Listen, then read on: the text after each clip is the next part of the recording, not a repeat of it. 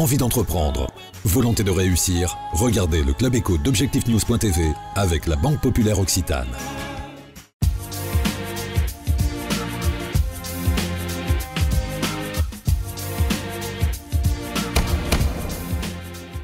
Bonsoir, bienvenue dans le Club Éco d'Objectifnews.tv. Nous recevons ce soir l'initiateur du centre Pierre Potier, Alain-Michel Boudet. Bonsoir.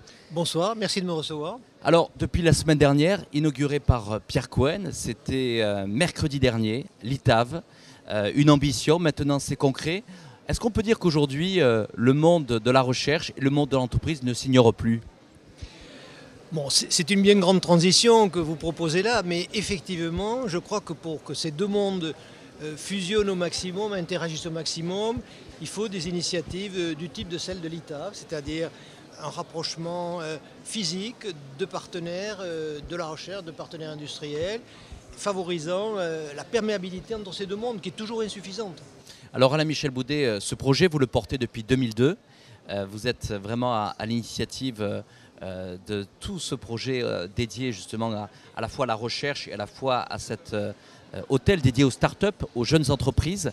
C'est un concept unique. Quels ont été justement les éléments importants et structurants de ce projet ?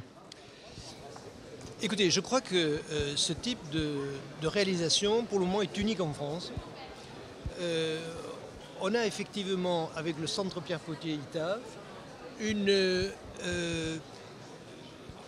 structure très spécifique, avec une grande singularité, puisqu'on associe dans un même bâtiment un institut de recherche centré sur l'innovation et une pépinière d'entreprise centrée bien sûr sur la création, l'application, le transfert de technologies.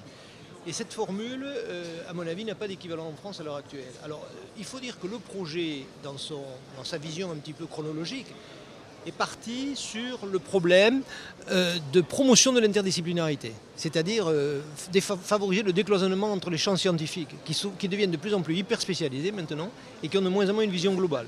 Donc nous conjuguons au niveau du centre Pierre Potier ITAV deux singularités fortes, favoriser l'interdisciplinarité entre domaines scientifiques et favoriser le décloisonnement entre recherche publique et recherche privée. Alors, Alain-Michel Boudet, bien entendu, aujourd'hui, il y a un certain nombre de startups qui sont candidates pour rentrer au sein de l'ITAV. Quels sont aujourd'hui les critères de sélection pour pouvoir candidater ?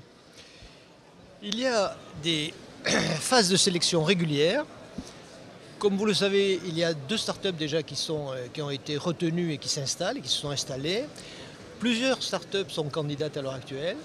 Les critères sont des critères scientifiques et technologiques, et des critères de validité du projet en termes économiques, en termes de business plan, de construction du projet. Et ces critères sont évalués par un comité de sélection avec des compétences extrêmement complémentaires, dont le prochain se réunit courant décembre. Alain-Michel Boudet, on a l'impression avec l'inauguration de ce centre Pierre Potier que finalement la diversification toulousaine est en marche.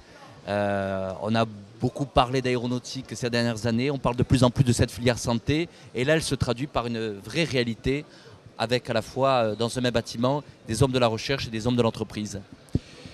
Vous avez raison, effectivement, il y a certainement toujours un risque ou un inconvénient à fonctionner dans un système monofilière. Actuellement, on voit à travers les pôles de compétitivité le triangle d'intervention complémentaire du pôle toulousain, avec l'aéronautique et l'espace traditionnel, le pôle cancer biosanté, sciences du vivant et le pôle agro.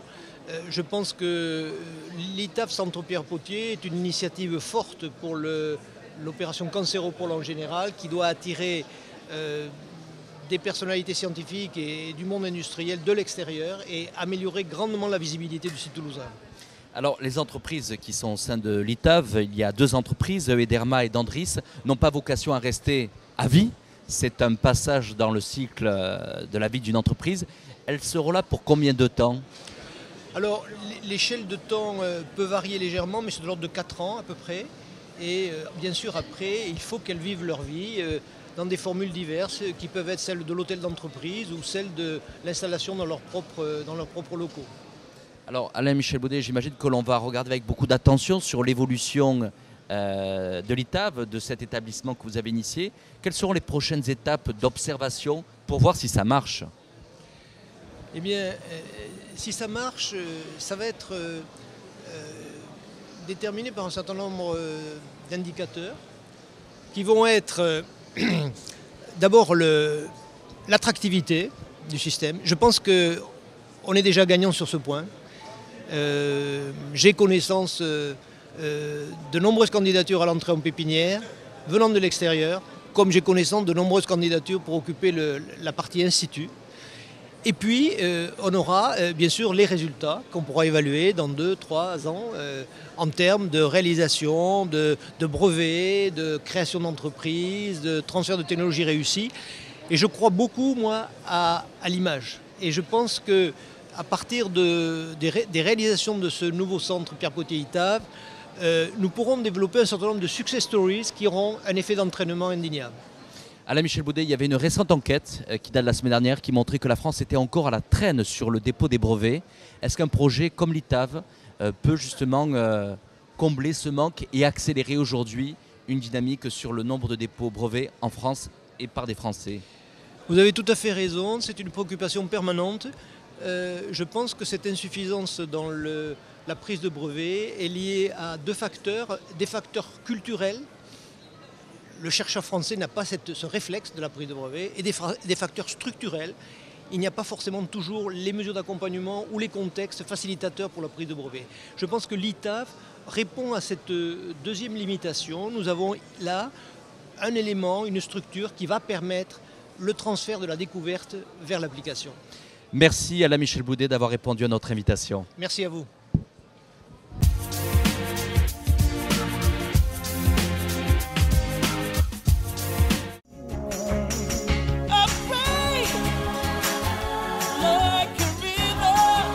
Envie d'entreprendre? Volonté de réussir?